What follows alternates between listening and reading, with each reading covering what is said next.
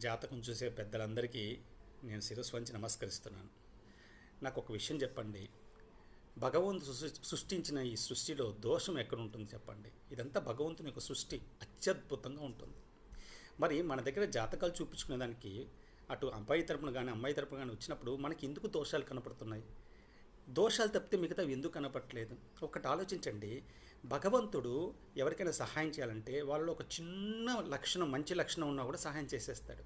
అలాగే మీరు జాతకాలు చూసేటప్పుడు ముందుగా చూడాల్సింది వీళ్ళకి భగవంతుని మీద భక్తి ఉందా లేదా, ఈ కుటుంబంలో భగవంతుని మీద ఎంత భక్తి ఉంది, అలాగే ఎంత శరణాగతి ఉంది, ఎంత విశ్వాసం ఉంది, అది ఫస్ట్ చూడండి. అది ఉంటే మిగతా దోషాలు ఉంటే అవన్నీ కొట్టుకుపోతాయండి. ఒక సముద్రంలో చెత్త ఎలా కొట్టుకుపోతుందో భగవంతుడు అనంతమైన సముద్రం.